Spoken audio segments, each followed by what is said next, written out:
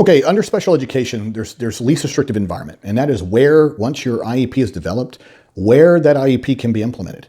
Okay, and if the IEP team does a good job, meaning that they have very good present levels of performance, they know where your child's functioning, which is the baselines, and so therefore we set, high achieving goals, and because of the high achieving goals, we know what services, and meaning how many service minutes your child requires a day, in what location they require those, using what methodological approach with regards to instruction to help them gain skills to achieve that goal. That is how you construct an IEP. Okay, but the most important thing is you start calculating how many minutes are spent outside of general education. We don't calculate the minutes pushed into general education, okay, because a child is maintaining their time within the general education setting. And you can push in specialized instruction into general education. You can. Not everything has to be pull-out time, okay? But if you pull a child out of their general education instructional setting, then at that point, yes, you have to start calculating those minutes. And once it hits a certain threshold, then it tips the child into different, what's called, it becomes the continuum of alternative placements is what it's called. But within that, there could be thousands of little points across that continuum, which is the least restrictive environment. Least restrictive environment meaning least restrictive from the general education classroom, because this is sort of the optimal place for your child, presumptively. Now, for my child, her autism is such to where a general education setting has never been appropriate for her. It would be miserable for her. She would hate it. And there's a lot of my clients, guys, that the parents are pushing their children into an environment that the child hates and the child cannot thrive in. So, my child's one of those, but we never forced her into that because the necessity that she needed in order to receive a FAPE was something more restrictive. But that's how we constructed our IEP. So it led the IEP team naturally to that conclusion that my child required a self-contained environment. But there's a lot of our kids that are sort of that middle ground. They're not quite full-time general education students, but also they're not self-contained special education students. They're that middle rung. What do we do with them?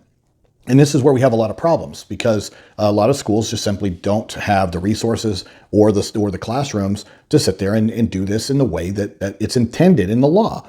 Now, we have something called federal child count numbers. And federal child count, if you sit there and you Google federal child count, least restrictive environment codes, and then put your state in there, then it should pull up however your state does their federal child count numbers. And this is what's reported to the federal government as to how many kids are in general education, how many kids are in that sort of those middle rungs, and how many kids are self-contained, how many are homebound, how many are in therapeutic day schools or residential treatment facilities. Child count goes all the way, including preschool years.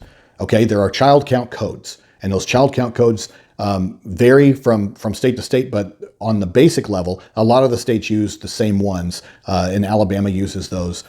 Texas does, but theirs a little bit different. Washington State, for example, very similar to Alabama as well. So let's say a 0-1 in most states would be designated as a general education identified student. And that's a 100% to 80% of their day within the general education classroom, meaning that they're only pulled out for special education or related service minutes up to 20% of their day. That's it. And those are general education classified students. Now, there's a middle rung that would be naturally, you sit there and go, well, what, an O2? Yes, in some places it's an O2. In some places it's an O3, to where they combine the O2 into an O3, meaning that there's a 40% differentiation with this group. Some states still have an O2, which is another 20%. Okay? So it goes from 80 to 60%. And then that O3 would go from 60 to 40%. And then less than 40% of the day is self-contained. And that would be a 0-4 in Alabama, for example. So in Alabama, though, they got rid of the O2 and they have a 40% gap, meaning 79% to 40% of their day in general education.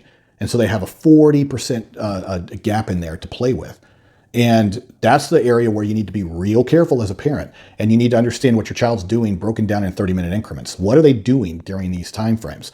And you press the school for that schedule. What are they doing? Where are they at? Who are they with? And what's the purpose? And because, like I said, you can tell where your child is falling on that 0-3 if it's that big 40% gap that I'm talking about, just by calculating the number of minutes they're spending in the resource room or special education classroom. Anytime they're pulled out of class, it says on their service page where those services are being provided. And if it doesn't say within a general education or regular education setting, then you have to calculate those minutes up. And then that will give you a good idea as to truly how far they are away from being considered self-contained, because that's really the trick that I see as a lot of these schools doing, is that they'll classify a child in that 03, but they're really sort of a quasi self-contained student, meaning that the case manager is a special ed teacher. The case manager is not a resource teacher. Resource teachers tend to be floating, where they go into general education to provide services. They'll pull kids out for a little bit of time in small group setting and even some one-to-one. But those are the students that are more in general education.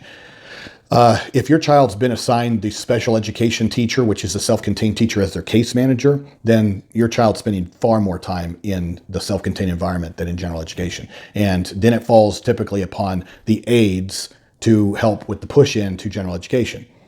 The child isn't necessarily autonomously just leaving class and going into their general education setting in a lot of these situations. And that's where you can tell whether this is all BS or not. And so the question on this was options for inclusion. And if your child is at middle rung, they should have a schedule. They should be doing their electives in general education. The only thing that really for an 03 that they would be doing in a special education class would be their core academics, like reading and math, and then some other time if it's more behavioral. But, like I said, you need to sit there and nail down in 30-minute increments what your child is doing and where they're doing it and who they're with. And then you can sit there and start getting a bigger picture as to where you need to clean this up and where your child should be in general education more. Because I'm telling you, even self-contained kids are supposed to be having general education exposure up to 40% of their day. And a lot of the times it's zero.